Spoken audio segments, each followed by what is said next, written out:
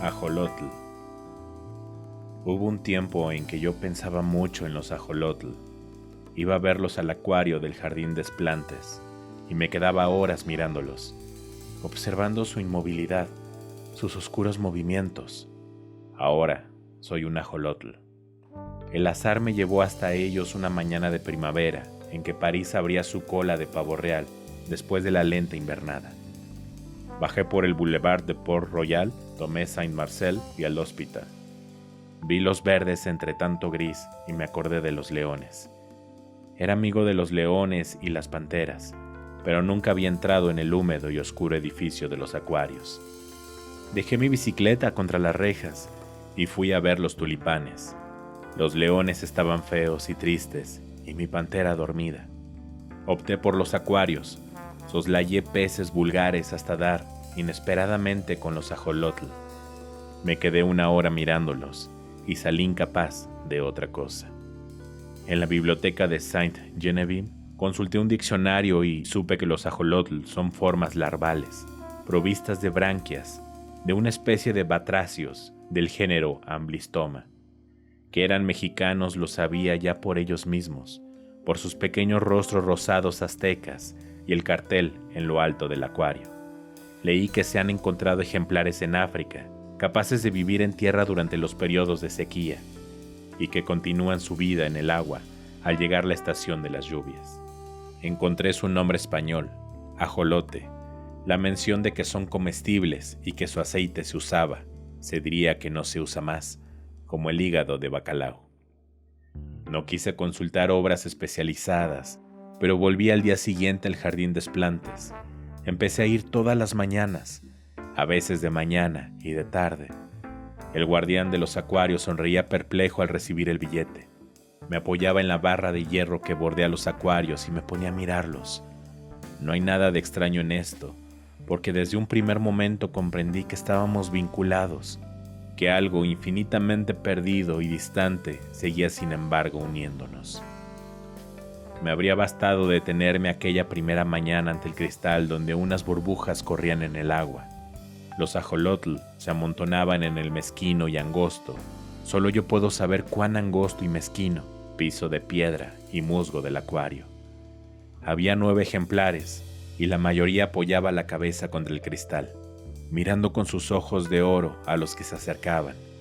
Turbado, casi avergonzado, sentí como una impudicia asomarse a esas figuras silenciosas e inmóviles aglomeradas en el fondo del acuario. Aislé mentalmente una, situada a la derecha y algo separada de las otras, para estudiarla mejor. Vi un cuerpecito rosado y como translúcido. Pensé en las estatuillas chinas de cristal lechoso, semejante a un pequeño lagarto de 15 centímetros, terminando en una cola de pez de una delicadeza extraordinaria, la parte más sensible de nuestro cuerpo. Por el lomo corría una aleta transparente que se fusionaba con la cola, pero lo que me obsesionó fueron las patas, de una finura sutilísima, acabadas en menudos dedos, en uñas minuciosamente humanas. Y entonces descubrí sus ojos, su cara, un rostro inexpresivo, sin embargo rasgo que los ojos, 2 orificios como cabezas de alfiler, enteramente de un oro transparente carentes de toda vida, pero mirando, dejándose penetrar por mi mirada que parecía pasar a través del punto áureo y perderse en un diáfano misterio interior. Un delgadísimo halo negro rodeaba el ojo y lo inscribía en la carne rosa, en la piedra rosa de la cabeza vagamente triangular, pero con lados curvos, irregulares, que le daban una total semejanza con una estatuilla corroída por el tiempo. La boca estaba disimulada por el plano triangular de la cara. Solo de perfil se adivinaba su tamaño considerable. De frente, una fina hendedura rasgaba apenas la piedra sin vida. A ambos lados de la cabeza, donde hubiera debido estar las orejas, le crecían 3 ramitas rojas como de coral. Una excrescencia vegetal, las branquias, supongo. Y era lo único vivo en él. Cada 10 o 15 segundos las ramitas se enderezaban rígidamente y volvían a bajarse. A veces una pata se movía apenas. Yo veía los diminutos dedos posándose con suavidad en el musgo. Es que no nos gusta movernos mucho. y el acuario es tan mezquino. Apenas avanzamos un poco, nos damos con la cola o la cabeza de otro de nosotros. Surgen dificultades, peleas, fatiga. El tiempo se siente menos si nos estamos quietos. Fue su quietud lo que hizo inclinarme fascinado la primera vez que vi a los ajolotl.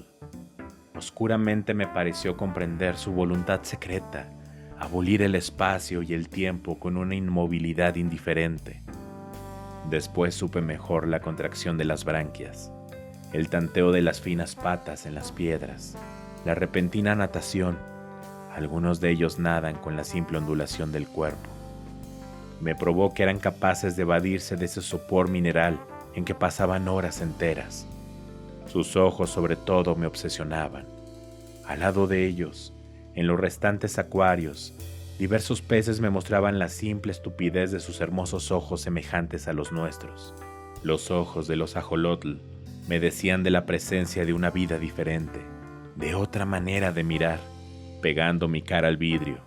A veces el guardián tosía inquieto, buscaba ver mejor los diminutos puntos áureos, esa entrada al mundo infinitamente lento y remoto de las criaturas rosadas. Era inútil golpear con el dedo en el cristal. Delante de sus caras, jamás se advertía la menor reacción. Los ojos de oro seguían ardiendo con su dulce, terrible luz. Seguían mirándome desde una profundidad insondable que me daba vértigo. Y sin embargo estaban cerca.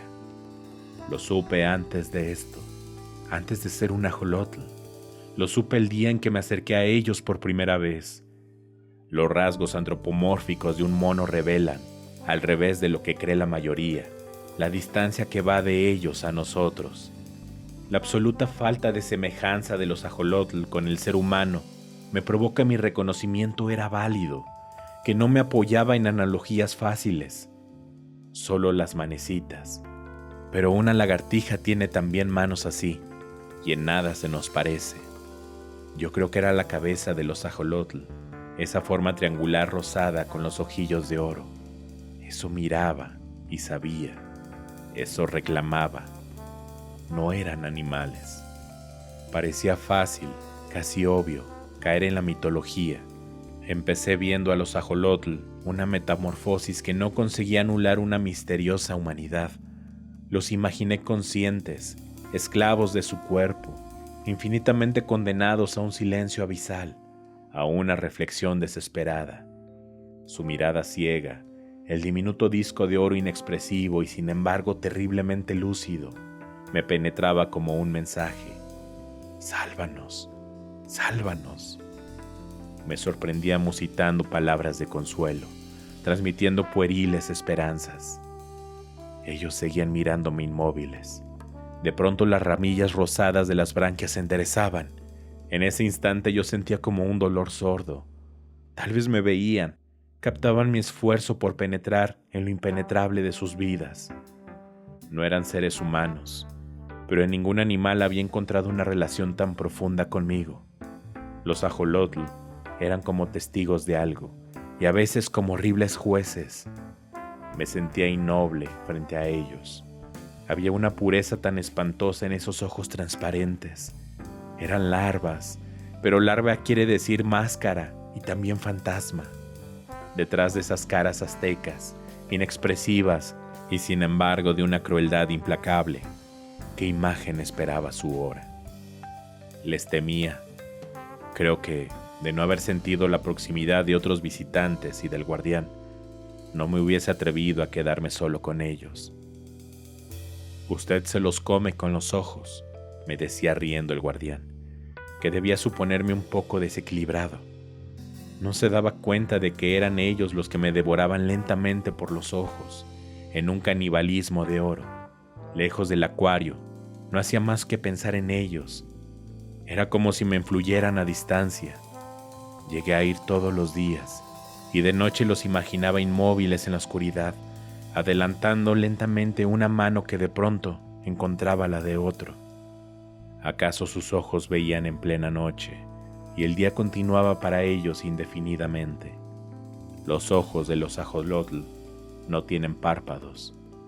Ahora sé que no hubo nada extraño, que eso tenía que ocurrir.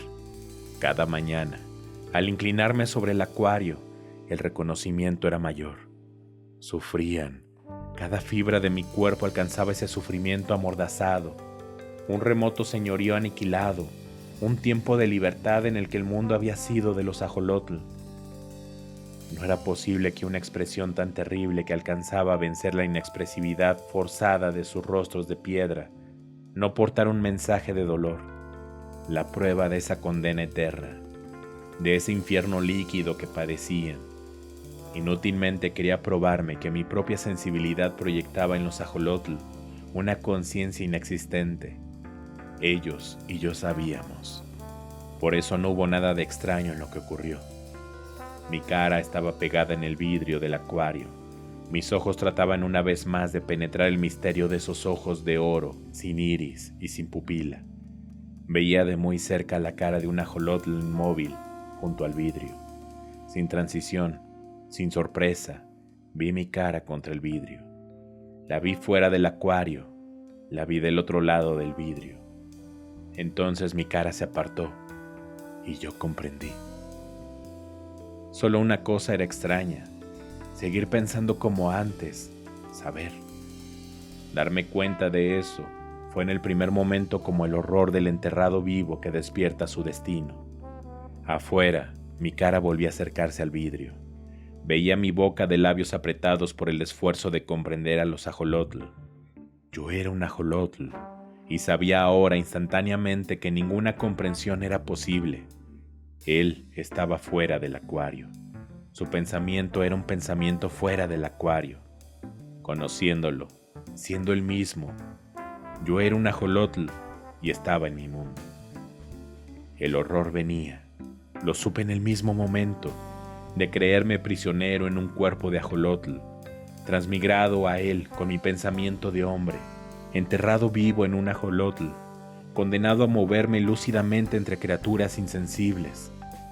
Pero aquello cesó cuando una pata vino a rozarme la cara, cuando moviéndome apenas a un lado, vi a un ajolotl junto a mí que me miraba.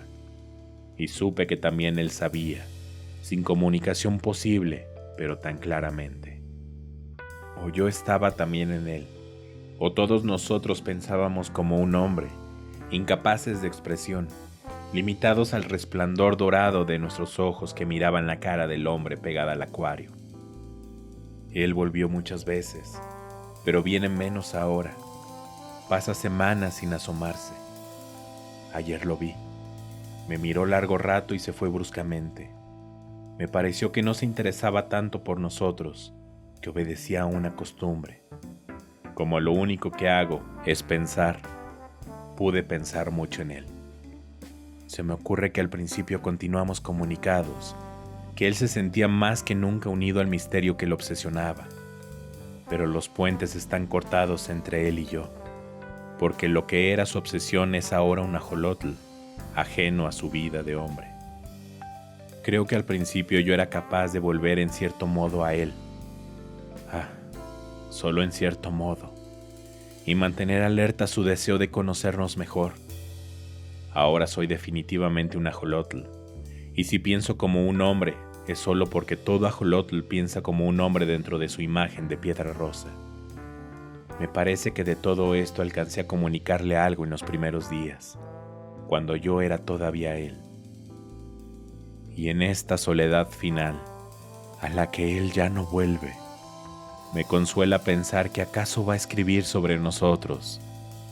Creyendo imaginar un cuento, va a escribir todo esto sobre los ajolotl.